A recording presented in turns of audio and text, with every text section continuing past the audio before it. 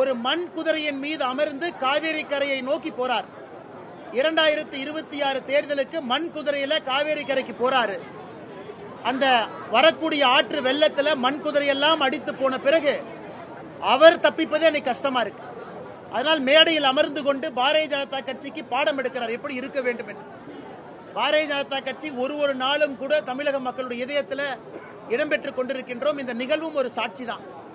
அதனால் அந்த கரூர் மாவட்டத்தில் நடந்த முப்பெரும் விழாவே திமுக அரசுல சாராய காசில் நடத்தப்பட்ட விழா.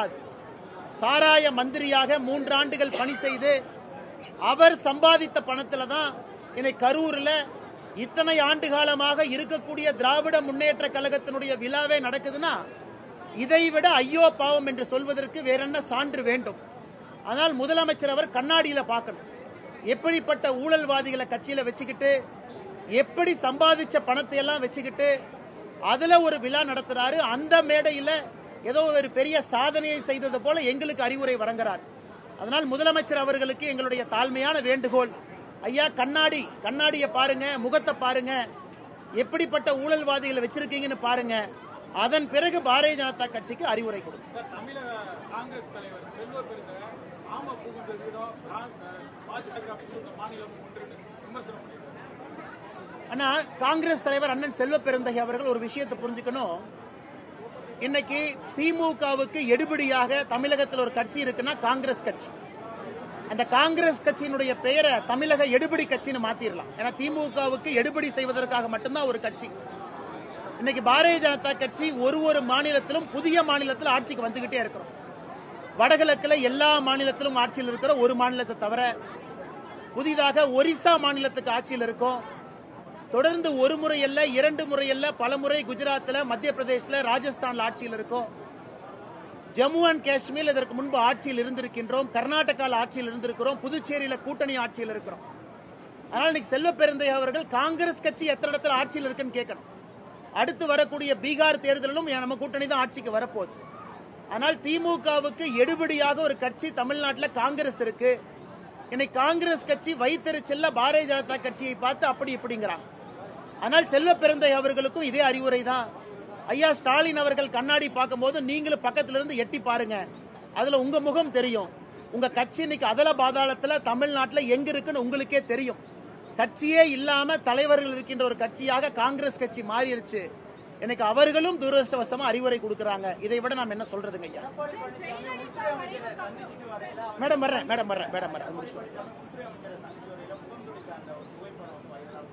அண்ணா நானும் அந்த புகைப்படத்தை பார்த்தேன். ஏன்னா என்னை பொறுத்தவரை எடப்பாடி பழனிசாமி அவர்கள் எதிர்க்கட்சி தலைவர் அவர்கள் உள்துறை அமைச்சரை சந்திக்கின்ற செய்தி அதிகாரப்பூர்வமாக உங்களுக்கும் தெரியும், எல்லோருக்குமே தெரியும். ஆனால் வெளியே வந்திருக்கும் பொழுது எடப்பாடி பழனிசாமி அவர்கள் எதிர்க்கட்சி தலைவர் அவர்கள் என்னுடைய பார்வைக்கு, ஏன்னா அந்த மீட்டிங் நடக்கிறது எல்லாருக்குமே தெரியும் என்கின்ற காரணம் இருக்கும் பொழுது அவர் முகத்தை மறைக்க வேண்டிய அவசியம் இல்லை. அதனால் என்னை பொறுத்தவரை அவர் முகத்தை மறைத்ததாக நான் பார்க்கல. அந்த ஃபுட்டேஜில் அப்படி தெரிஞ்சிருக்கு. அப்படிதான் நான் என்னுடைய கருத்து. ஏன்னா அந்த மீட்டிங் நடக்குதுன்னு உங்களுக்கும் தெரியும், பத்திரிகை நண்பர்களும் வெளியே இருந்தீங்க, அவங்களும் டெல்லி போகும்போது மீட்டிங் நாங்கள் போறோன்னு சொல்லிட்டு போயிருக்கிறாங்க. அதனால் மறைக்க வேண்டிய அவசியம் இல்லை. அது காட்சி ஊடகத்தில் அந்த ஃப்ரேம் வரும்பொழுது அப்படி தெரிந்ததாகத்தான் நான் பார்க்கின்றேன். நான் எடப்பாடி பழனிசாமி அவங்ககிட்டயும் பேசல, உள்துறை அமைச்சர் அமித்ஷாஜி அவங்ககிட்டயும் பேசல. அதனால மீட்டிங் என்ன நடந்து எனக்கு தெரியாது. ஒரு பொதுப்படையான கருத்தாக உங்கள் முன்னால் வைக்கின்றேன்.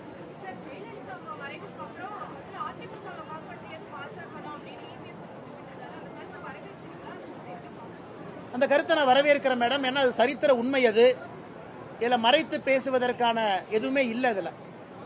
ஏன்னா எதிர்க்கட்சி தலைவர் திரு எடப்பாடி பழனிசாமி அவர்கள் அன்னைக்கு அதிமுக கட்சியை சில பேர் கபலீகரம் செய்வதற்கு முயற்சி செய்த பொழுது மத்திய பாரதிய ஜனதா கட்சியினுடைய ஆட்சி தான் உறுதுணையா இருந்தாங்க அப்படின்னு சொல்லி இருப்பது எல்லோருக்கும் தெரிஞ்ச ஒரு விஷயம்தான். இது நாங்க சொல்லியிருந்தா வேற மாதிரி பத்திரிகை நண்பர்களும் தமிழக மக்கள் எடுத்துக்குவீங்க. அன்னைக்கு முதலமைச்சராக இருந்த திரு எடப்பாடி பழனிசாமி அவர்களே சொல்லும் பொழுது பாரதிய ஜனதா கட்சி தமிழக மக்களுடைய நலனுக்காக ஜெயலலிதா அம்மையார் அவர்கள் மறைந்த பிறகு இந்த இயக்கம் சின்னாபின்னமாக கூடாது, யாரும் கூட கபலீகரம் செய்யக்கூடாது என்பதற்காக இருந்தார்கள் என்பது இன்னைக்கு சரித்திரத்தில் அந்த கட்சியை சார்ந்த இன்னைக்கு பொதுச் செயலராக இருக்கிறவங்க பதிவு செஞ்சிருக்கிறாங்க. நான் அதை வரவேற்கிறேன். ஏன்னா பாரதிய ஜனதா கட்சியினுடைய ரோல், பாரதிய ஜனதா கட்சி 2016, 17 என்ன செஞ்சாங்க அப்படிங்கிறது பல இடத்துல பல மாதிரி பேசப்பட்ட பொழுது தமிழகத்தில் நல்லது செய்வதற்காக மட்டும்தான் அன்னைக்கு பாரதிய ஜனதா கட்சி இயங்கியது அப்படிங்கிற ஒரு உண்மையை திரு எடப்பாடி பழனிசாமி அவர்கள் மக்கள் மன்றத்தில் வைத்திருப்பது எங்களுடைய ஆர்கியூமெண்ட்டுக்கு இன்னும் வலிமை சேர்க்கிறது. ஏன்னா தமிழகத்தை பொறுத்தவரை பாரதிய ஜனதா கட்சி தமிழகம் நன்றாக இருக்க வேண்டும் என்கின்ற ஒற்றை குறிக்கோளோடு மட்டும்தான் 2014 ஆட்சியில் இருந்திருக்கின்றோம். அதை திரு எடப்பாடி பழனிசாமி அவர்கள் மறுபடியும் உறுதிப்படுத்தியிருக்கிறார்.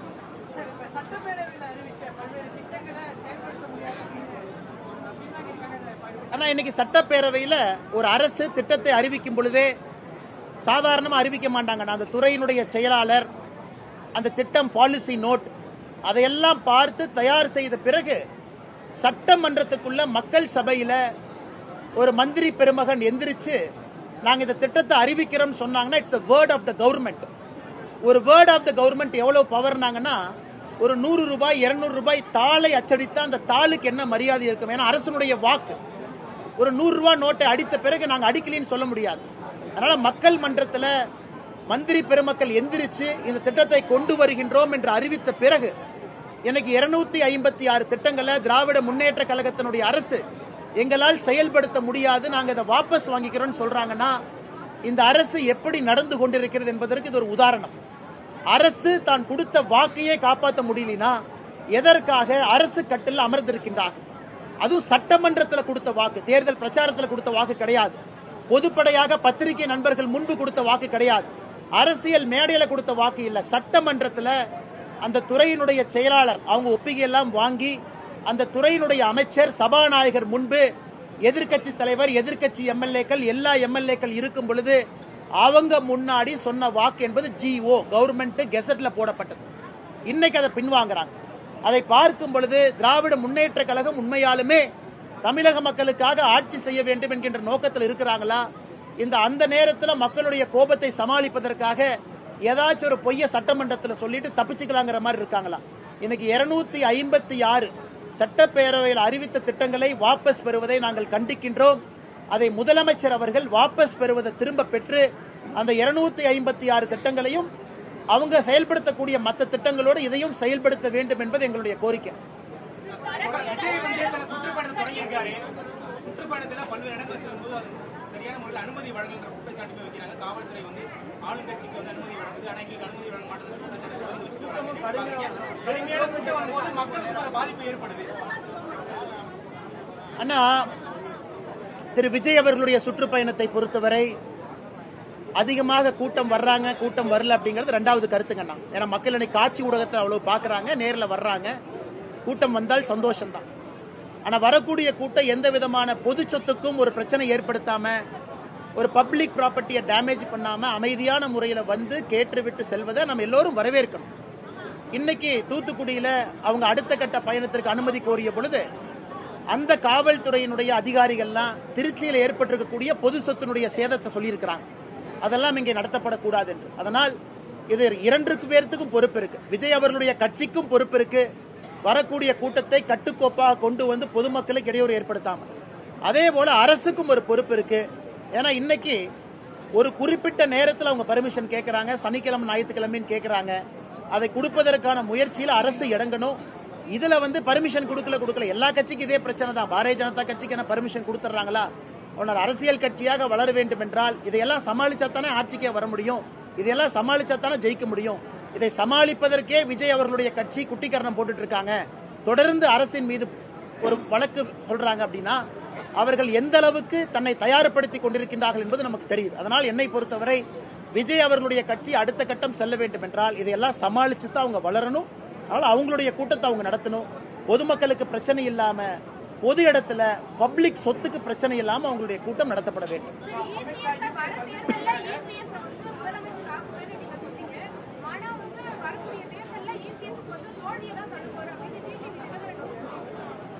எங்களை பொறுத்தவரை தேசிய ஜனநாயக கூட்டணி என்டிஏவுடைய தலைவராக இருக்கக்கூடியவர் உள்துறை அமைச்சர் திரு அமித்ஷாஜி அவர்கள். உங்களுக்கு தெரியும் 2014 என்டிஏவுடைய தலைவராக இருக்கிறாங்க. அவர் தலைமையில் இந்த கூட்டணி உருவான பொழுது அமித்ஷா அவர்கள் கொடுத்திருக்கக்கூடிய வாக்குறுதி தமிழகத்தில் என்டிஏவுடைய முதலமைச்சர் வேட்பாளராக இன்றைய எதிர்க்கட்சி தலைவர் திரு எடப்பாடி பழனிசாமி அவர்கள் இருப்பார்கள். அப்படிங்கும் பொழுது எங்களுடைய ஒற்றை நோக்கம் கடினமாக உழைத்து நாங்கள் கொடுத்திருக்கக்கூடிய வாக்கின் அடிப்படையில் திரு எடப்பாடி பழனிசாமி அவர்களை முதலமைச்சர் ஆக்குவதற்கு பாரதிய ஜனதா கட்சியினுடைய தொண்டர்கள் பாடுபடுவார்கள். ஏன்னா வாக்கு நம்ம கொடுத்திருக்கோம், எங்களுடைய தலைவர் கொடுத்திருக்கிறார். அதற்கான எல்லா முயற்சியும் எடுத்துக்கிட்டு வர்றோம்.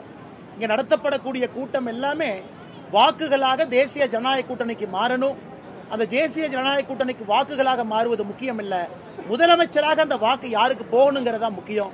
அதுவும் சரியான நபருக்கு செல்லணும், அதுவும் எடப்பாடி பழனிசாமி அவர்களுக்கு செல்ல வேண்டும் என்று பாரதிய ஜனதா கட்சியினுடைய தொண்டர்கள் உழைக்கிறாங்க. இதை நான் வெளிப்படையாக சொல்ல முடியும். மற்றபடி ஒரு தலைவர் ஒரு கருத்தை சொல்றாங்க, அது அவர்களுடைய கருத்தாக நான் பார்க்கின்றேன்.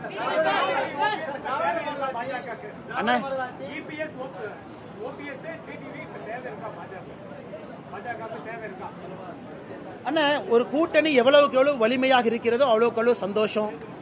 ஒரு கூட்டணியில எவ்வளவு தலைவர்கள் இருக்கிறாங்களோ அவ்வளவுக்கு அவ்வளவு சந்தோஷம். அதனால் இன்னைக்கு எங்களுடைய தலைவர் திரு அமித்ஷா அவர்கள் என்டிஏ கூட்டணியினுடைய தலைவரை பொறுத்த மட்டும் தேசிய தலைவர் இருக்கிறாங்க, எல்லோரும் சேர்ந்து முடிவெடுப்பாங்க. கொஞ்சம் பொறுமையா இருங்க. நானும் அண்ணன் டிடிவி அவங்ககிட்ட தொலைபேசியில சில நாட்களுக்கு முன்பு பேச பொழுது சென்னை வந்தவுடன் சந்திப்போம் என்று சொல்லியிருந்தார்கள். இப்ப சென்னை வந்திருக்கிறாங்க சுற்றுப்பயணம் முடிச்சுட்டு. நானும் ஒரு நாட்கள் அண்ணன் டிடிவி அவர்களை நேரில் சந்திப்பதாக இருக்கின்றேன், ஒரு நட்பின் அடிப்படையில். ஆனால் அண்ணன் டிடிவி அவங்ககிட்ட மறுபடியும் நான் வலியுறுத்துவதாக இருக்கின்றேன் தமிழகத்தினுடைய நலனுக்காக. அதனால் அண்ணன் நேரில் பார்த்துட்டு நான் உங்கள்கிட்ட பேசும்பொழுது மறுபடியும் நான் பேசுறேன்.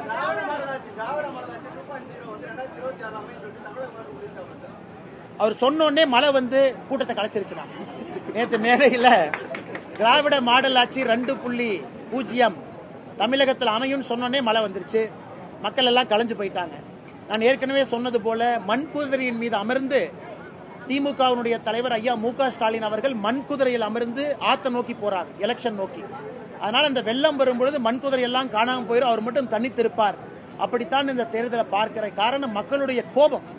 மக்கள் மாற்றம் வேண்டும் என்று நினைக்கின்றார்கள், மக்கள் கோபத்தில் இருக்கிறாங்க. எல்லா தரப்பட்ட மக்கள், சாமானிய மக்கள், ஆட்டோ ஓட்டுறவங்க, இல்லத்தரசிகள், மிடில் கிளாஸ் இருக்கவங்க எல்லோருக்கும் மாற்றம் வேண்டும். அதை முதலமைச்சர் அவர்கள் சரியா புரிஞ்சுக்கல அப்படிங்கிறது என்னுடைய கருத்து. கரூர்ல கட்சி கூட்டம் சேர்ந்திருக்கு, முப்பெரும் விழா நடந்திருக்கு, அப்படிதான் அவங்க பாக்குறாங்க. பொதுமக்களுடைய வாக்கு, கட்சியை சாராத நடுநிலை வாக்கு இந்த முறை திமுகவுக்கு வருவது கஷ்டமான ஒரு வேலையாக நாங்கள் பார்க்கிறோம்.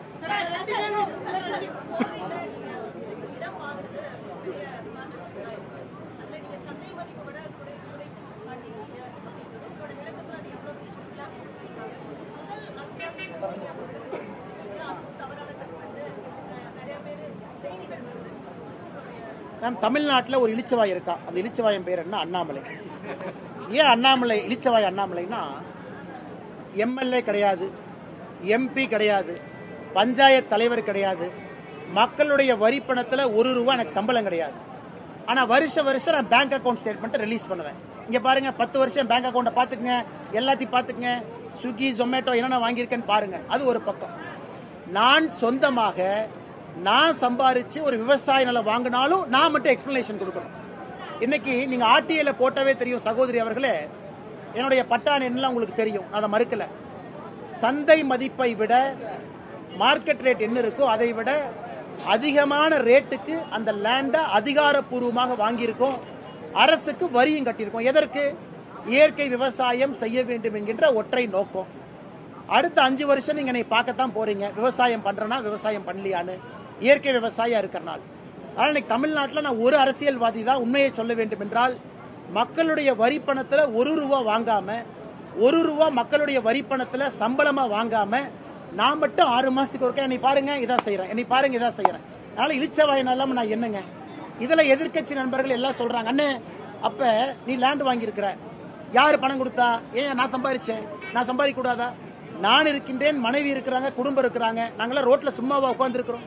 எங்களுக்குன்னு வேலை இருக்கு, செஞ்சுக்கிட்டு இருக்கிறோம், மக்கள் பணியை செய்யறோம், அரசியல் செஞ்சுக்கிட்டு இருக்கோம். இருந்தும் எதற்காக வெளிப்படையா நான் இருக்கிறேன்னா, நம்ம நம்பி இருப்பவர்கள் புரிந்து கொள்ள வேண்டும் நான் என்ன செய்யறேன்.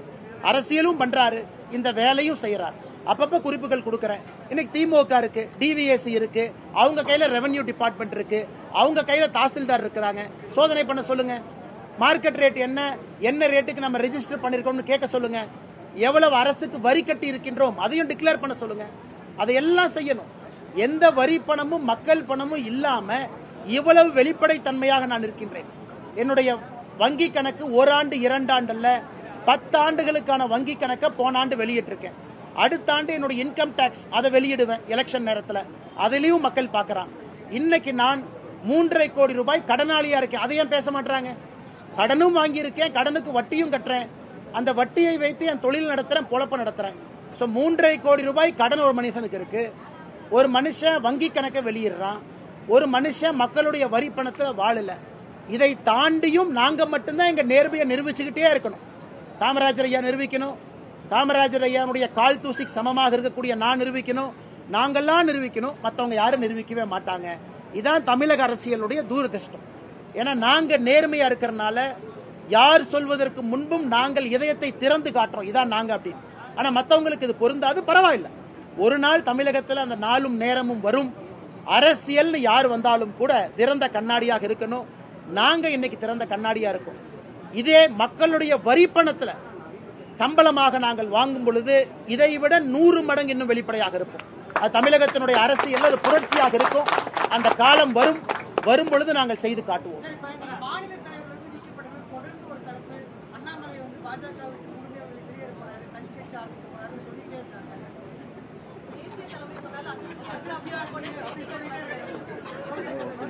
அண்ணே, ஒரு விஷயம் நல்லா புரிஞ்சுக்குங்க அண்ணே. பாரதிய ஜனதா கட்சி என்பது தமிழகத்தில் இன்னைக்கு மாற்றத்திற்கான ஒரு கட்சி. இந்த கட்சினாலதான் மாற்றம் கொடுக்க முடியும் என்று நம்பி பல்லாயிரக்கணக்கான தொண்டர்கள், இளைஞர்கள் இந்த கட்சியில் இருக்காங்க. நானும் அதில் ஒருத்தன். காரணம், பாரத பிரதமர் நரேந்திர மோடி அவர்கள் என்கின்ற ஒற்றை மனிதன். அந்த மனிதன் இருக்கிறனால இந்த கட்சி எப்பொழுதுமே மாற்றத்தை நோக்கி இருக்கும். இல்லத்தில் இருக்கிற டெங்கு காய்ச்சல் என்னை பார்க்கறதுக்கு BL சந்தோஷ் அவர்கள் இல்லத்துல எங்கிட்ட வந்து பார்த்துட்டு ஒரு காபி சாப்பிட்டு, தம்பி நல்லா இருக்கியா அப்படின்னு கேட்டுட்டு போனா உடனே செய்தி போடுறீங்க, அண்ணாமலை அதிருப்தி, BL சந்தோஷ் இல்லத்துக்கு போய் கூட்டிட்டு வந்தாங்க. அடுத்து ஒரு கட்சியினுடைய 2-3 நிகழ்வுகள் வேற இடத்துக்கு நான் போகணும் அப்படின்னா இந்த நிகழ்ச்சிக்கு வரல, அதிருப்தி. அண்ணா, இன்னைக்கு எனக்கு ஒரு சந்தோஷம் என்னன்னா, கட்சியினுடைய வேலை பளு என் மீது குறைவாக இருக்கு. அதனாலதான் இயற்கை விவசாயம் இதெல்லாம் பண்ண முடியுது. இல்லாட்டி நான் எப்படி இந்த வேலையெல்லாம் செய்வேன்? அதனால எனக்கு இந்த நேரம் தேவைப்படுகிறது. கட்சி வேலையும் செய்யணும், அதே நேரத்தில் என்னுடைய தனிப்பட்ட ஆசை ஒரு இயற்கை விவசாயமா இருக்கட்டும், ஒரு சிறு நிறுவனம் ஆரம்பித்து புதுசா ஸ்டார்ட் அப், எப்படி அண்ணன் ஆட்டோக்கெல்லாம் பணம் கொடுத்த மாதிரி எனக்கும் அது போல சிறு குறு தொழில் செய்வங்களுக்கு ஒரு ஆரம்பகால கடன் கொடுக்க வேண்டும் என்கின்ற ஆசை. அதற்கான வேலையில் இருக்கேன். ஏன்னா அவங்க தான் முதலாளிகளாக வந்தால்தான் வேலை வாய்ப்பு உருவாக்க முடியும். அதனால் முழு நேர அரசியல்வாதி என்பதிலிருந்து கட்சி கூப்பிடும் பொழுது கட்சிக்கு நேரம் கொடுக்கும் பொழுது நேரம், அதை தாண்டி என்னுடைய தனிப்பட்ட விஷயங்களுக்கும் நேரம் கொடுக்கிறேன். சந்தோஷமா இருக்கிறேன், நிம்மதியா இருக்கிறேன்.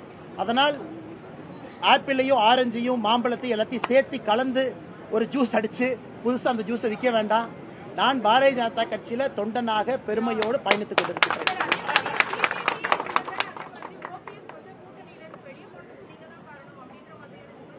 மேடம், இன்னைக்கு திமுக காரங்க என்ன சொல்றாங்கன்னா, ரோட்ல நாய் செத்து போனா நான் தான் காரணம், தமிழ்நாட்டில் விவசாயம் பண்ணா சரி, நான் விவசாயம் பண்றேன் நிம்மதியா விட்டுருங்கன்னா தனி கட்சிங்கிறீங்க, நான் விவசாயம் பண்றதையும் நம்ப மாட்டீங்க. அதனால நான் என்னதான் செய்யறது நீங்களே சொல்லுங்க. அதனால இன்னைக்கு தமிழ்நாட்டை பொறுத்தவரை எது நடந்தாலும் நான் தான் குற்றவாளி என்று எதிர்க்கட்சி நண்பர்கள் சொன்னா நான் எப்படி பொறுப்பேற்க முடியுங்க? அதனால என்னை பொறுத்தவரை அமைதியா வேலையை பார்க்கிறேன். யாராவது டிடிவி என்ன வெளியேறினதுக்கு நான் தான் காரணம் என்று நினைத்தால் அந்த நண்பர்களுக்கு டிடிவி அவர்கள் எப்படிப்பட்ட அரசியல்வாதி என்று தெரியல, அண்ணாமலையும் எப்படிப்பட்ட மனிதன் என்பது அவங்களுக்கு புரியல. டிடிவி அவர்களை பொறுத்தவரை அவருடைய சொந்த நிலைப்பாடு அந்த கட்சிக்காக அவர் எடுக்கிறார். இந்த கட்சி நன்றாக இருக்க வேண்டும், கூட்டணி நன்றாக இருக்க வேண்டும் என்று நான் பாடுபடுறேன். அடுத்த 2 நாட்கள்ல டிடிவி அவர்களை சந்திக்கத்தான் போறேன். ஏன்னா நட்பின் அடிப்படையில். ஏன்னா ரொம்ப நாளைக்கு முன்னாடியே கேட்டேன்னா பார்க்கணும்னு அவர் சுற்றுப்பயணத்தில் இருந்தார். டிடிவி அவர்கள் நட்பின் அடிப்படையில் பார்த்து அவருக்கு என்னால் சில விஷயங்களை நான் சொல்ல முற்பட்டாலும் கூட அதற்கும் காரணம் நான் தான் எழுதுவீங்க. அதனால் இது அனைத்துமே கட்டுக்கதை, வதந்தி, புரளி. நான் சில பேர்த்துக்கிட்ட நட்போடு இருக்கின்றேன், அரசியலை தாண்டி. அந்த நட்போடு இருப்பதற்கு ஒரு அடையாளம் என்னன்னா, பாரதிய ஜனதா கட்சி கஷ்டத்தில் இருக்கும் பொழுது நம்மோடு பயணம் செய்தவர்கள் டிடிவி அவர்கள், அண்ணன் OPS அவர்கள். அந்த நட்பு எப்பொழுதும் தொடரும். அவர்களுடைய அரசியல் நிலைப்பாடு வேறாக இருந்தாலும் கூட எங்களுக்குள்ள இருக்கக்கூடிய நட்புல எந்த மாற்றம் வராது. அதையும் அரசியலையும் குழப்பிக் கொள்ள வேண்டாம். அண்ணா, OPS அண்ணன் எப்பவுமே பாப்பங்கன்னா, OPS அண்ணன் எப்பவும் அடிக்கடி பாக்குறதா, கண்டிப்பா OPS அண்ணையும் பார்ப்பேன். அரசியல் வேறு, கூட்டணி வேறு, நட்பு வேறு. பார்க்கும் பொழுது என்னுடைய கருத்தை நான் சொல்ல போறேன், அவங்க கருத்தை அவங்க சொல்ல போறாங்க. இது ஒரு ஆரோக்கியமான அரசியலை தான் பாக்குறேன். இன்னைக்கு கூட்டணியில் இல்ல, நான் கையெடுத்து கும்பிட மாட்டேன், வணக்கம்னு சொல்ல மாட்டேன், நான் பார்க்க மாட்டேன்னா எப்படிப்பட்ட அரசியல்வாதி நாங்க? காற்று மாறும், காலம் மாறும், என்ன வேணாலும் நடக்கலாம். அதனால என்னை பொறுத்தவரை அந்த நட்பு முக்கியம் என்று நினைக்கக்கூடிய மனிதன் நான். தொடர்ந்து அந்த நிலம் வாங்கின பிரச்சனையை பாஜகவில் நீங்க நீக்கப்பட்ட ஒருவர் தான் தொடர்ந்து சமூக வலைதளங்களில் தவறான செய்தி. அண்ணா இன்னைக்கு தலைவா நீங்க புரிஞ்சுக்கணும். அண்ணா தாமிரக்கணி என்ன நீங்க புரிஞ்சுக்கங்க, நான் என்னுடைய லைஃப்லயே அவதூறு வழக்கு போடக்கூடாது என்று நடக்கக்கூடிய அரசியல்வாதி. நான் அவதூறு வழக்கு போட்டேன்னா 365 நாளும் 365 கோர்ட்டுக்கு நான் போகணும். காலையிலேருந்து நைட்டு வரைக்கும் தான் வேலை. ஏன்னா நம்முடைய வளர்ச்சி சில பேரோட கண்ணை உறுத்துது. பரவாயில்ல இருந்துட்டு போ. நம்மளை கெட்டவன் 4 பேர் சொன்னா நல்லவன் 40 பேர் சொல்றாங்க. பரவாயில்ல இருந்துட்டு போங்க, நீங்களும் வாழுங்க, என்னையும் வாழ விடுங்க. அப்படித்தான் என்னுடைய வாழ்க்கை. நம்மை பார்த்து இன்னைக்கு பாருங்க, அண்ணாமலை எடுத்து திட்டினா அவங்களுக்கு கிடைக்கிற மீடியா மைலேஜ் என்னன்னு பாருங்க. அவங்க 10,000 நல்ல விஷயம் செஞ்சு 10,000 பேத்துக்கு சாப்பாடு போட்டு இந்த மாதிரி செஞ்சா கிடைக்காத மீடியா மைலேஜ் என்னைய பத்தி ஒரு நிமிஷம் திட்டுனா உங்களுக்கு அந்த மீடியா மைலேஜ் கிடைக்குது. அதையும் சந்தோஷமா பாக்குறேன். ஏன்னா அற்ப மனிதர்கள் சூரியனை பார்த்து குறைக்கிறனால தான் உங்களுக்கு அந்த மைலேஜ் கிடைக்குதுன்னா சந்தோஷமா இருந்துட்டு போங்க. எப்பொழுதும் எதையும் கடந்து செல்பவன் நான். அதனால குற்றம் சுமத்தவர்கள் சொல்லிக்கிட்டே தான் இருப்பாங்கன்னா அதுக்கு தான் நான் விளக்கம் கொடுத்தேன். ஒரு இழிச்சவாயினா நான் இருக்கேன். எந்த அரசு பணமும் இல்லாம என் வாழ்க்கையை வாழ்றக்கே நான் புத்தகம் மாதிரி திறந்து காட்டுறேன். அதனால் குறைப்பவர்கள் குறைக்கட்டும், வாழ்த்துபவர்கள் வாழ்த்தட்டும். பரவாயில்ல அண்ணே. மழைநீர் வடிகால் பணியை செய்திருக்க சென்ற ஒரு செய்தியாளர் திமுக தாக்கியிருக்காரு. வீடியோ வைரலா போயிட்டு அண்ணா இது இதே மாதிரி போச்சுன்னா மிக விரைவில் செய்தியாளர்கள் திமுகவை தாக்குவதை மிக விரைவில் நான் பார்க்க போறேன். ஏன்னா அது தொடர்கதையா போயிட்டே இருக்குது. ஒரு செய்தியாளர் கண்ணியம் மிப்பவர், ஒரு அறவழியில் இருக்கிறவங்க, யாருக்கு தொந்தரவு கொடுக்க மாட்டாங்க அப்படிங்கிற ஒரே காரணத்திற்காக இன்னைக்கு செய்தித்துறை நண்பர்களை தமிழ்நாட்டில் ஒரு கட்சி தாக்குதுன்னா அது திமுக தான். எஃப்ஐஆரும் போட மாட்டாங்க, அதான் பஞ்சாயத்து. செய்தியாளர் மேல திரும்ப எஃப்ஐஆர் போட்டுருவாங்க, நீங்களும் ஹாஸ்பிட்டலில் போய் படுத்துக்கணும். அதனால் மக்கள் இதெல்லாம் பார்த்து கொண்டிருக்கின்றார்கள். திரும்ப செய்தியாளர்கள் தாக்கக்கூடிய காலத்திற்கு தமிழகம் தள்ளப்படக்கூடாது என்பதுதான் என் வேண்டுதல்.